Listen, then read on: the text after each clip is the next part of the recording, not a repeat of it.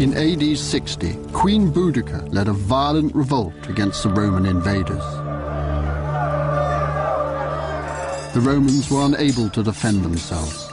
They were preoccupied hundreds of miles away on the island of Anglesey, the last home of the Druids. These mysterious priests were the inheritors of a religion which had been at the centre of British lives for thousands of years. In one battle, the Romans killed them all. Why were the Romans more interested in suppressing this bunch of priests than defending their heartland? What secrets did this religion hold? And what threat could it possibly have posed to the mighty Romans?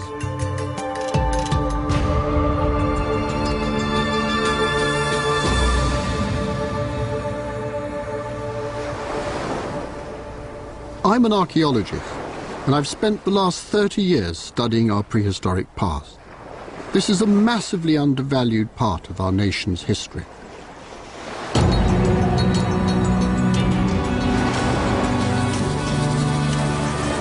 Contrary to the traditional view of ancient Britain as a land of barbaric savages, civilized by the Romans, I have discovered a country isolated from the rest of Europe, which developed a hugely successful and uniquely British agriculture and industry.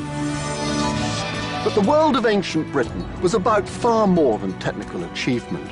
People also had a rich spiritual life. These monuments are a mysterious part of our ancient past, which we have never fully understood. But we are directly descended from the people who built these strange places. And I believe understanding them will shed light on who we are today. It won't be easy. This was a religion without a Bible. Their priests valued memory over the written word. When the Romans killed off the Druids, they cut the only direct link we had to our ancient past.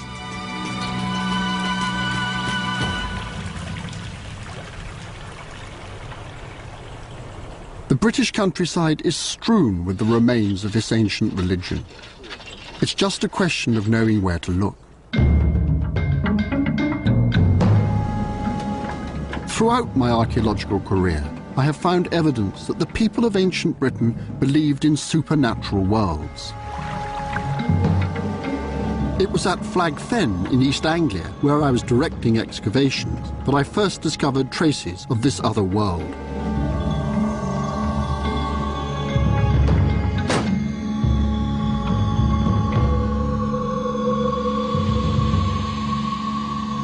This is the place where I made the discovery.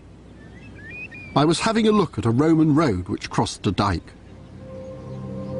So I took my people down here and we started examining the edge of the dike. Well, we'd barely started when I caught my foot on a large lump of cut wood which lay in the mud on the top of the dike. It had been sharpened with a narrow-bladed axe, and it was made out of oak. Now, oaks simply won't grow in the wet fen, so I was very suspicious. I slid down the side of the dike and found more wood which was about 1 metre below the bottom of the Roman road. Now, that told me that this new wood was about 1,000 years earlier than the Roman road.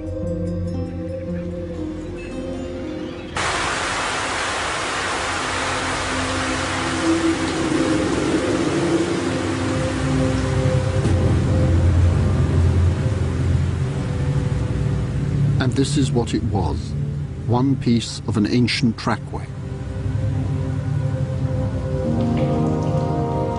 These posts were driven into the ground nearly 3,500 years ago.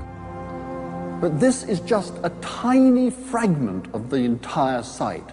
It extends in that direction for about 200 meters and in that direction for upwards of 1 kilometer. So it was a massive undertaking. Now, it has to be a causeway, but at certain key times of the year, it had a special role.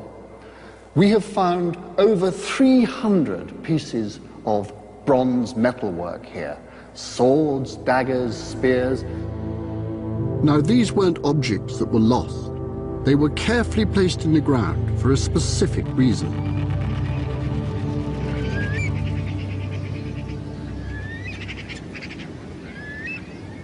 This is a scale replica of what you'd have seen here at Flag Fen around 1300 BC. I'm standing on an artificial island that was made out of timber and brushwood.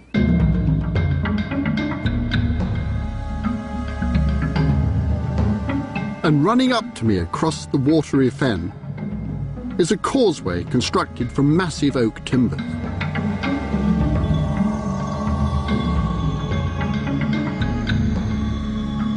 It was amongst these timbers that we found hundreds of valuable items that had been carefully and reverently placed in the water.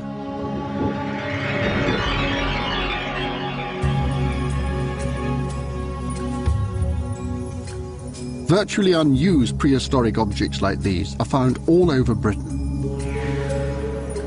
People have tried to explain by suggesting that objects were deliberately destroyed in order to keep their market value high. But I don't think so. These objects were being passed through the water or the earth into another world.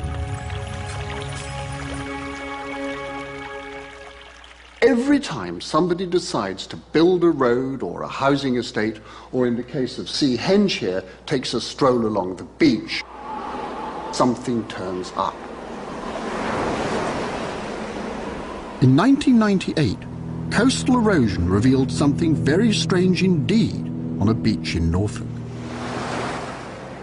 The trunk of a huge oak tree emerged from the sea, surrounded by a circle of 55 wooden posts. The trunk had been deliberately placed upside down in the ground.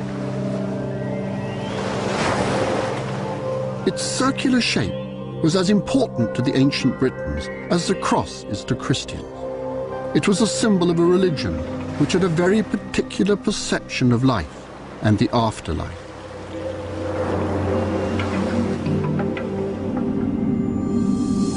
"4,000 years ago, this monument stood on dry land.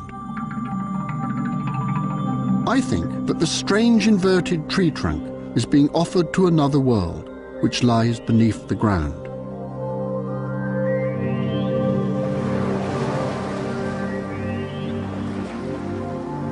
I still find the memory of that huge upside-down tree strangely eerie and compelling. It was cut down in the spring, in the full flush of life, and it was transferring its life forces deep into the ground to an underworld. It was the prehistoric heaven.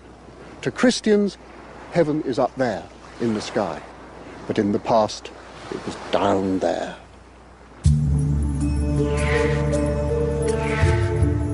One of the things that the Romans couldn't believe when they arrived in Britain was how the native people seemed to have no fear of death. So brave were the warriors. Such bravery was armor no weapon could penetrate. Was it these strange beliefs which had helped the ancient Britons to conquer their fear of death? It's 5,000 years ago. Britain is in the last stages of the Stone Age. The population has grown rapidly, and the people have recently started farming their land. The Great Pyramids of Egypt have yet to be built. There is an explosion of wood, stone and earth structures across the British landscape. These circular monuments are unlike anything else found in the ancient world, and they have mystified archaeologists for decades.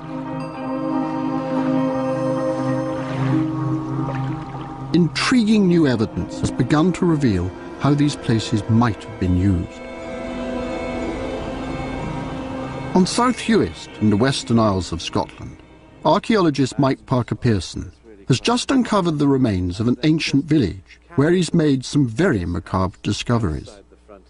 It's basically a little community who were living in the sand about 1300 BC, 3,000 years ago. It actually starts not as a settlement but as a cemetery. They're living on top of a cremation ground. That's almost unheard of. I'm pretty certain it's deliberate, because it's not simply that the house is built on top of the cemetery. Its central hearth is right on top of one of the cremation burials. When that house went out of use, somebody came along and actually dug a little hole down and quarried into the side to get up underneath the cremation burial. They must have known it was there, and they were either looking for something or trying to contact somebody in the beyond. Really quite strange. Mike has excavated 3 houses here. Interestingly, all 3 were circular. That's right. And then we have the northeast. But what's extraordinary is that in the northeast corner of each house, there was a strange human burial. Where we found a skeleton lying on its side in a crouched position. The big surprise was over there, where we had a dead woman. A dead woman? Middle-aged woman, buried in a pit, holding 2 of her teeth, strangely enough. The association with death doesn't stop there. Just here, in the top of a post hole, there was a newborn baby, pressed down on its face, looking out the doorway. And then, just to cap it all, this house, outside, has a cremation platform where they actually burnt the dead.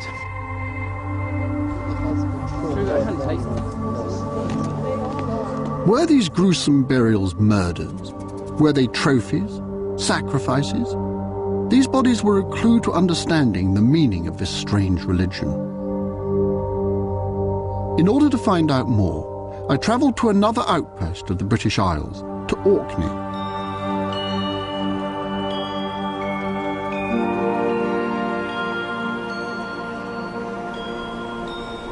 The Roman invaders never got as far north as Orkney. They'd been led to believe that this remote spot was occupied by primitive bog people. They were quite wrong.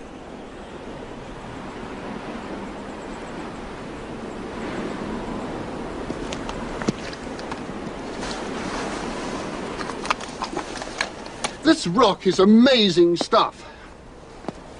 It naturally splits into handy brick-sized lumps like this, or you can have it in huge slabs to put on your roof. The wind here is so severe that trees simply can't thrive. So you have to build your entire buildings out of stone like this. And that's why ancient buildings and tombs in Orkney survive better than almost anywhere else in Europe. In the 1930s, harsh storms uncovered the oldest stone houses in northwestern Europe. These 2 houses were built nearly 6,000 years ago. That's 13 centuries before the pyramids. There was a little corridor here to keep the wind out. Now, the walls were divided up by these slabs, known as stalls. There's a hearth in the middle here. This was actually where the food was prepared. The end room here was probably a storage room with lots of cupboard space. Sort of fitted kitchen idea. Early houses were oblong in shape. But over time, the design becomes circular. Round houses, like these at Skara Brae, would have existed all over Britain. But being built in wood, they've vanished.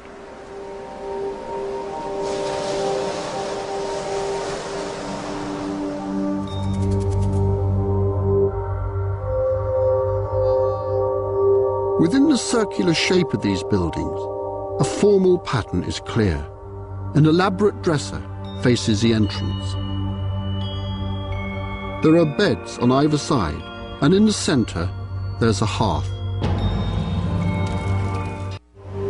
This awesome stone circle is the Ring of Brodgar. It originally consisted of 60 stones arranged in a ring about 103 meters in diameter. So what lay behind the growing British obsession with circles and solar alignments?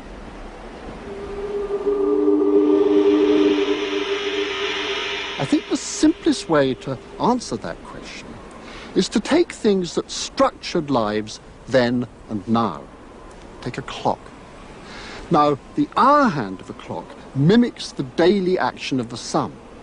And nowadays we're obsessed with hours and minutes because work dominates our life. You could say that work is part of our fundamental cosmology. But in prehistory, societies were rather more fragmented. There were certain unifying themes. They were all farmers, and farmers, I know, are profoundly concerned with the passage of the seasons. I'm very much aware in Orkney that the weather must really have controlled their lives. They must have feared and respected the elements. And they believed that the ancestors could intercede on their behalf, not just with weather such as storms and floods, but other things, disease, birth, death, and even the harvest. So that magnificent stone clock isn't a timepiece at all. It's one piece of a vast panorama of sacred structure, a monumental jigsaw puzzle which needs to be pieced together to be understood.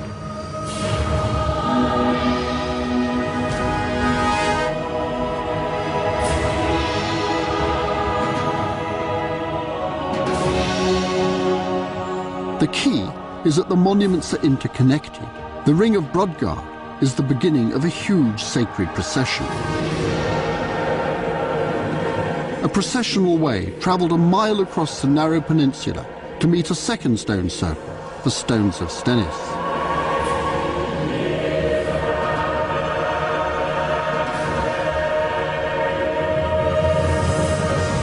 To the east lies the magnificent tomb of Maes Howe, buried below a huge circular mound.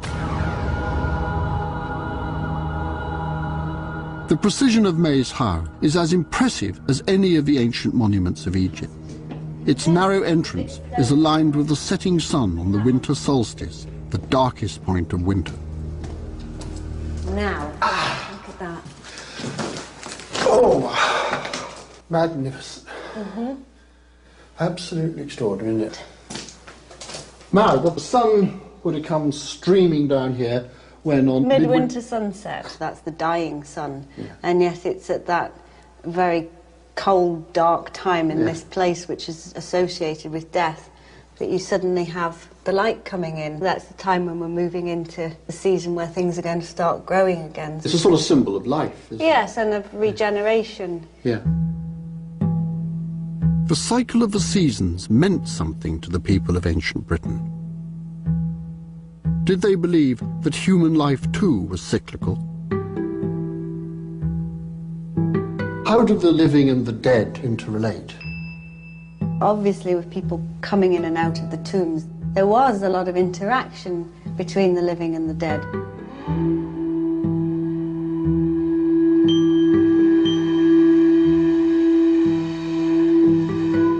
And some people have taken this as far as to say this is a house for the dead, and you have houses for the living. Some elements of the layout of the tomb are similar to the layout of the house. We have the passage.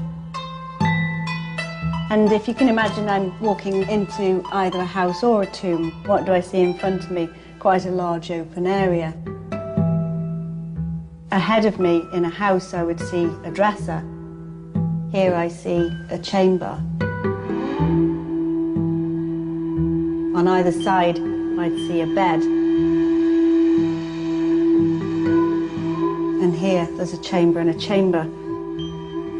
But the thing, of course, that's missing is the hearth, which is the heart, it's the life. It's absent. And deliberately absent.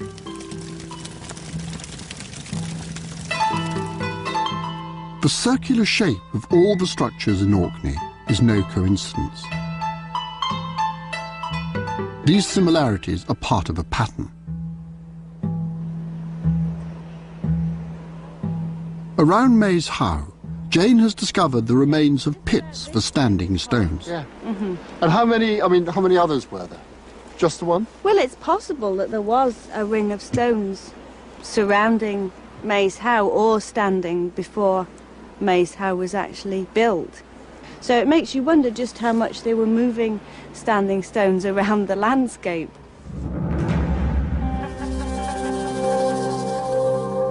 These 4 stones here are not actually performing any useful purpose, are they? I mean, they don't seem to go back into the wall. No, they're not tied into that masonry. They really are just standing stones, aren't they? But they're very striking. Yes, and they would have been freestanding and then the tomb built around them. Right. Extraordinary thought, isn't it? Just as a stone circle appears to predate Maes Howe, Colin Richards believes a building or house may lie within the stones of Stennis. They actually picked up the stones and moved them over there. So this is the hearth that they found when they dug here, isn't it? Yeah, yeah. Square hearth, just like the houses, single entrance, same spatial organisation. But, I mean, I'm tempted to ask, if you've got a stocking great hearth like that, is there a house or big building actually within these stones? It's just possible that there is actually a structure underneath here. That's sensationally exciting. Yeah. I mean, if you've got a building, what in effect you're doing then is you're sort of monumentalising the building, aren't you, a house? Yes, and it's the hearthstones which are always selected. Hearths were excavated out of houses and reused, linking the earliest inhabitants with later inhabitants of the house. So sort of linking back to your ancestors. Yes.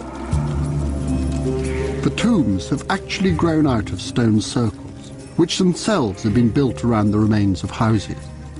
What did all this mean? Let's begin to fit the jigsaw puzzle together. When individuals or families die, it's likely that their houses were left to disintegrate. The house leaves a scar on the ground, a memory of the people who once lived there. In time, descendants built memorials to their ancestors. Massive stones are quarried, transported and arranged in circles, recalling the roundhouses in which the dead had once lived. Still later, huge tombs replaced the stone circles, incorporating individual stones, all on the exact spot that once housed the living. Tombs and stone circles did not just resemble houses. They were actually built on top of them. Unlike today, where we separate life and death, confining our dead to cemeteries, the ancient Britons wanted to be close to their ancestors, who were thought to protect the living.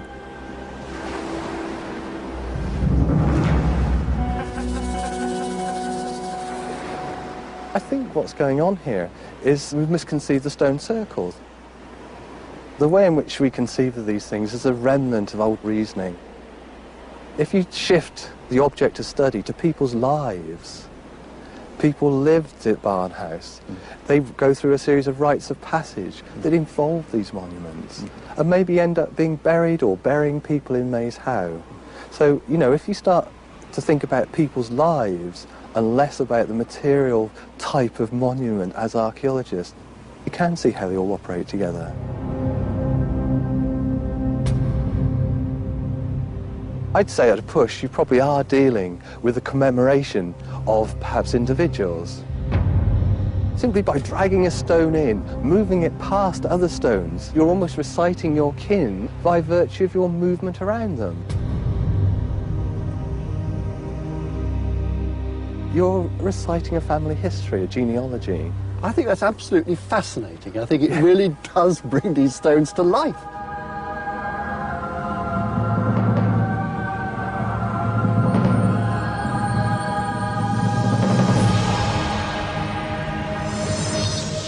Immortalised in stone, the dead ancestors of Orkney are constantly visible on the landscape and in the homes.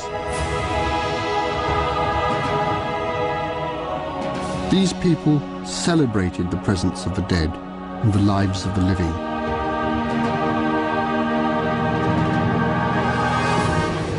Moving through these monuments was an act of memory and of respect.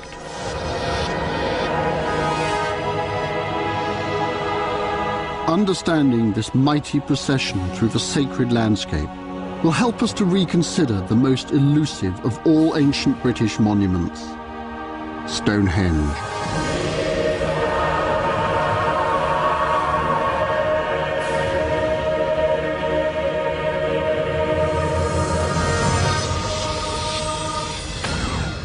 A huge advance in archaeology was made possible by the introduction of aerial photography after the First World War.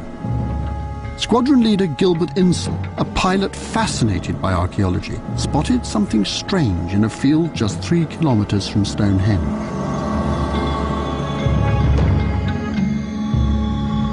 It was December 1925. Excavations revealed 168 post holes.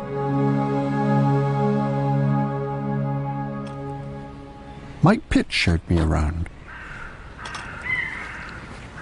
This is one of the bizarrest sites in British archaeology, I think. It is a fantastically important site, although it looks old.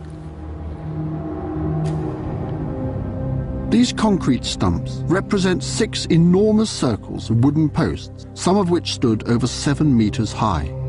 Known as Woodhenge, this structure has been a vital clue in unlocking the enigma of Stonehenge. This structure is contemporary with Stonehenge.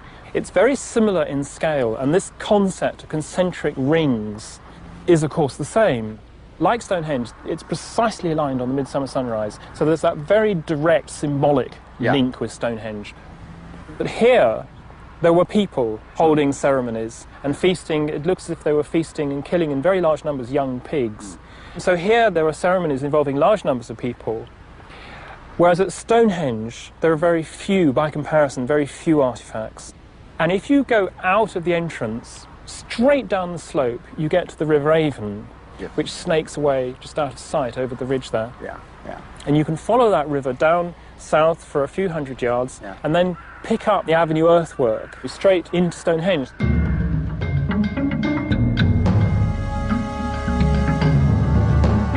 The journey is possible to trace in the landscape. Close to Woodhenge, the procession meets the River Avon, which snakes round and turns south.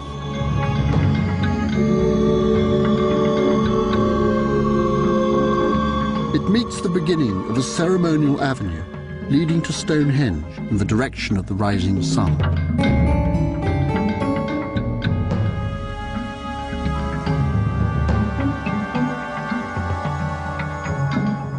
This ceremonial avenue has almost been ploughed out by modern farming, but early aerial photographs reveal it clearly.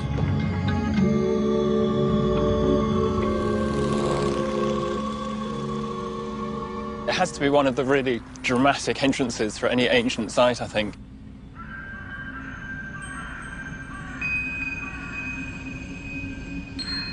This extraordinary arrangement of stones, when it was built, for the people who saw this going up, was completely unique, nothing like it anywhere in the world. And then when you come through, it's fantastic, isn't it? It's astounding.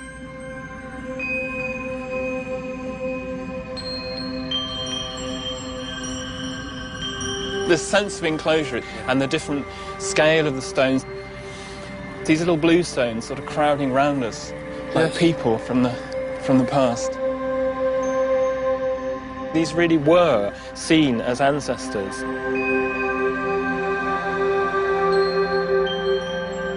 And that they've been brought over, and then the Sarsens put around them to protect them, to enclose them.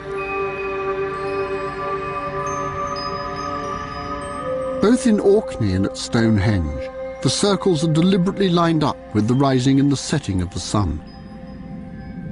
These little blue stones come from the horizon over there to the west, which is where the sun sets. And the Timberhenge here, the big one, Woodhenge, is over there in the direction of the sunrise. You wonder if there is a connection between sunrise and sunset, between birth and death. And the stones are associated with death and the ancestors, and the Woodhenge is associated with life. And so you have ceremonies at Woodhenge where a lot of people, a lot of noise, people who recently died are involved in ceremonies that are beginning to take them into the world of the ancestors. And they travel from Woodhenge across the landscape, down the river and up the avenue into the centre of the circle here, where they join the stones with the ancestors, and they enter the world of the ancestors. So this is like a doorway from life into death. And then the procession, presumably, was a key part of that. This concept of procession, of movement, is written into the landscape with this long avenue earthwork. If this idea works, if there's some truth in it, then what happens is by the time the people actually reach the stone circle, they are no longer of this world. So we're not looking for physical remains.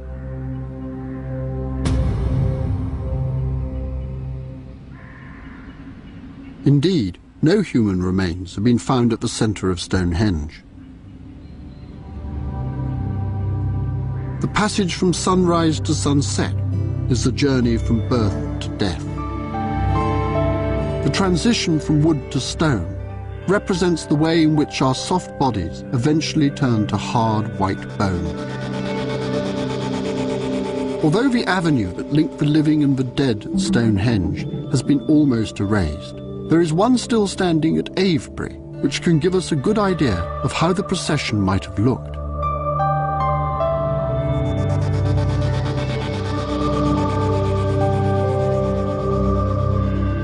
Quite something after being at Stonehenge, isn't it? Where we know the avenue's there, but you walk along it and you can't see it. The thing that strikes me is the avenue marked by these sucking great stones. The Stonehenge avenue isn't, is it? Apparently not, although William Stukely claimed at Stonehenge that he could see in the ground where stones like these had been removed from the avenue. And that's never been tested by excavation, so it's just possible there was something like this at Stonehenge. Somehow you feel that these stones are actually enclosing a space that is special, that is sacred in some way. Perhaps there were processions here, or perhaps these processional routes were actually enclosing spaces that were keeping people out. Yes, I can almost imagine this thing being lined by people. But Stonehenge and Avebury did not stand alone. Like churches today, stone circles were dotted all over the landscape. Archaeologists are currently looking for the remains of one right next to the Avebury Avenue. Mr. Faulkner, mid-19th century antiquary, claimed when he was riding a horse in this area that he spotted the remains of a stone circle. There is one stone which remains standing. Now Faulkner thought that he saw two further stones which were lying flat, then a series of hollows that marked the positions of other stones which had been removed or had been broken up and taken away. Yeah. These are the remains of a stone which have actually been deliberately smashed up. It's in the right place, but of course two stones don't make a circle, so we've got to look for more if we're really going to demonstrate that Mr. Faulkner was right.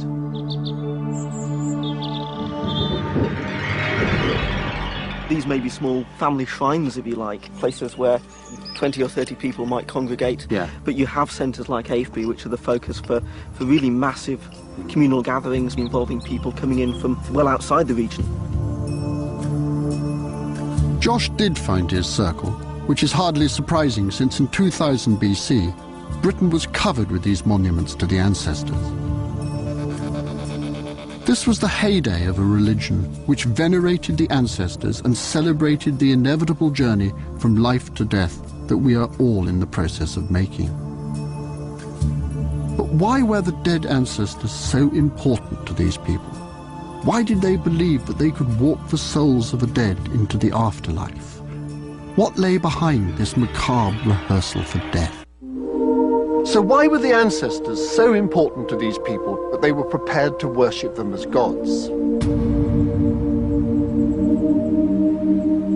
To understand the origins of these beliefs, we have to go back to a time long, long before the construction of the Great Henges. Trying to understand a religion without knowing its origins is rather like attempting to explain the meaning of the Christian cross without knowing the story of the crucifixion. In search of origins, we must travel back 6,000 years to the time when the first religious monuments began to appear. This was also the time when people began a new agricultural way of life, and it's not a coincidence.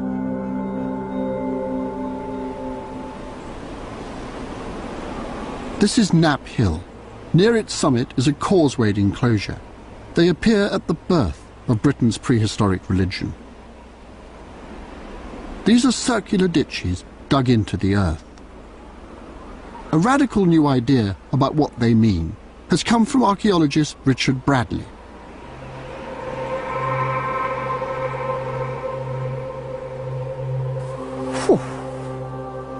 Fairly steep old bank, isn't it? Well, by Fenland standards.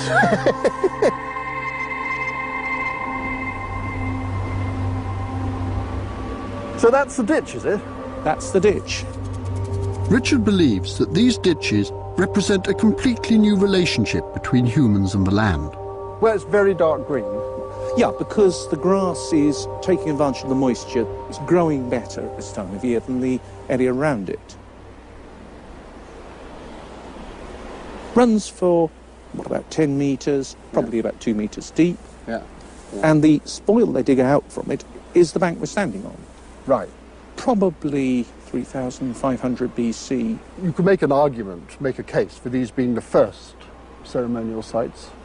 Yes, I think they are. What do you think lay behind them? I mean, here we are in a fantastic location, halfway to the sky. I mean, what do you think was going on? People are adopting a totally different way of life. Yeah. Often seek security in an origin myth, a belief about how things came to be. And I think we can understand the monuments in this country in terms of a real or imagined origin in distant places and in a different sort of world.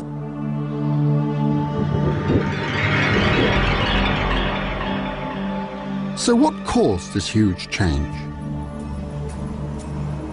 I think there's a very big change when people start using crops and animals. They have a different relation to the land than from hunter-gatherers. Right. Hunter-gatherers tend to take from nature, to act in partnership with nature, in a sense to operate in harmony with nature. They don't impose, and generally they don't own resources. Farmers own resources and have to plan for the future. This implies a particular conception of time. It involves the work of generation upon generation to be viable, and that's very, very different. It's really ultimately about owning the land that you're farming, and in a way you claim that your great-grandfather was there, and that is your claim to the land. This was the first time that the people of Britain had owned, organised and controlled the land. There was a new desire to create boundaries between different holdings to determine who owned what. And when you share out the land, there is always neutral territory, no man's land. It was in these special spaces that the causewayed enclosures were built. Is that significant, Yeah. the fact it's on the edge? Some of the things that happen at places like this are dangerous. They're where you deal with the dead, with strangers. They're places to set apart from the normal pattern of daily life.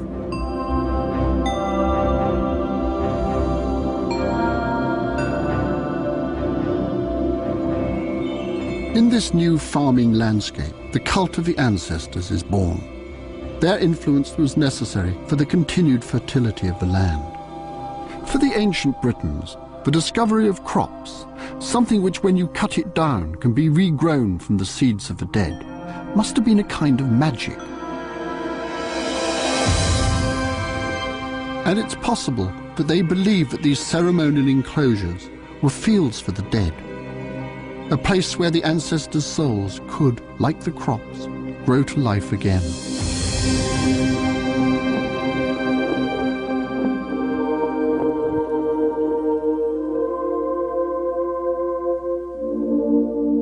These fields for the dead were everywhere in the landscape, and they remained special places for thousands of years. Maiden Castle in Dorset is a magnificent hill fort which started life as a causewayed enclosure 6,000 years ago. Okay, well, we're standing on this big lump here, which is an artificial bank. But this bank itself is built on top of a very much earlier one that was built about just after 4000 BC. Yeah. And that monument is the earliest thing that we know on this hilltop. Probably things were going on here even before the first camp was built, before 4000 BC. Like Knapp Hill, this was a special place in the landscape because it belonged to everyone and no one. In the Bronze Age, the westernmost rampart running up there probably incorporates a boundary ditch. These boundary ditches ran up to important central meeting places. There must have been pressure on land. They needed to divide one community from another.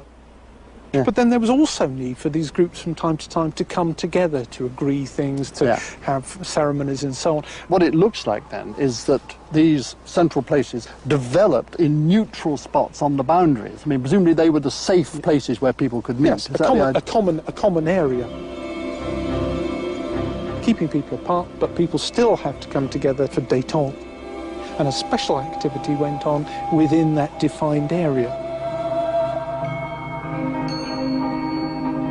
This was a place where things happened, where communities met. Land had acquired a new meaning for the ancient Britons, and these patches of common land, packed with ancestral bones, became magical.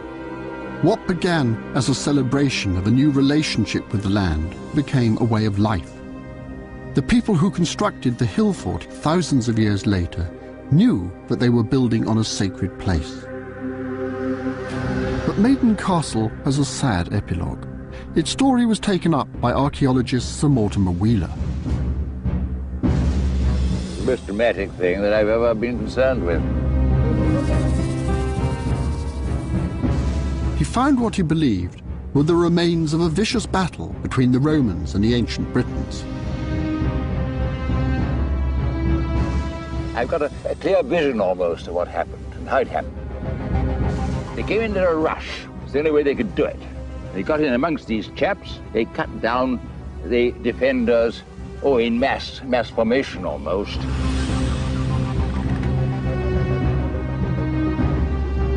One of these Britons was cut down with no less than 7 cuts on his skull. It was a massacre. The place was littered with corpses in no time. We found 40 of them, all with fatal wounds. It was very vivid. It was dramatic.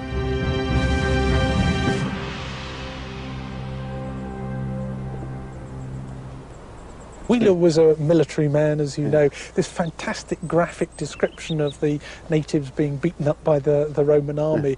But only a certain number of the burials, only 14 of the burials, actually had evidence of injuries and wounds. I seem to remember from the very recent excavations that some of the bodies there, the cuts, had actually healed over in the bone. Yeah, that's absolutely right. Yeah. And clearly, that takes quite some time. So it's not as Wheeler had perhaps portrayed it. It's no surprise Sir Mortimer Wheeler found so many bodies. We now know that Maiden Castle had been an important burial ground for thousands of years. Wheeler didn't acknowledge this because he was so captivated by the military success of the Romans. This is typical of the short-sighted view we British have of our own prehistory.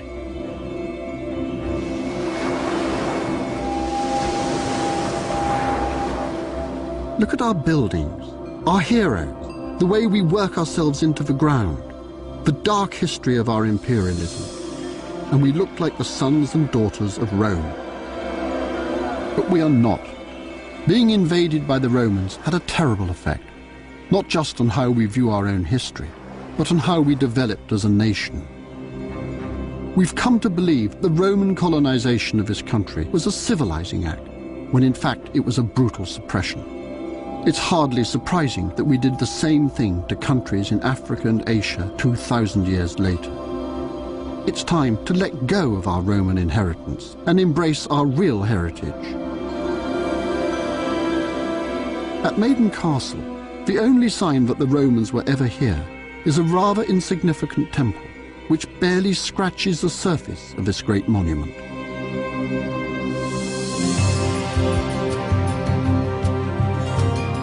Our true ancestors are the people who built these vast, imposing hill forts on land which had been sacred for thousands of years.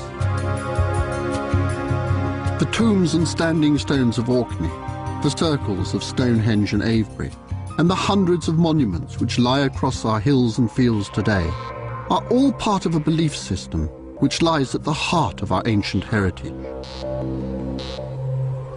These people were not afraid to die protecting their land, because their bond with it was deep-rooted and strong. They believed that their souls would continue to own and nourish it long after their bodies had gone.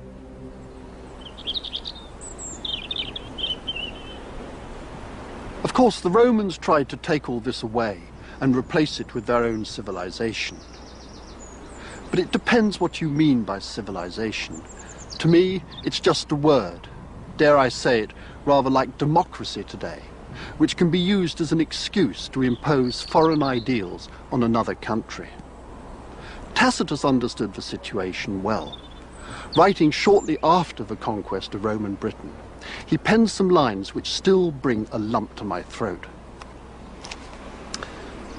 And so the population was gradually led into the demoralizing temptations of arcades, baths, and sumptuous banquets.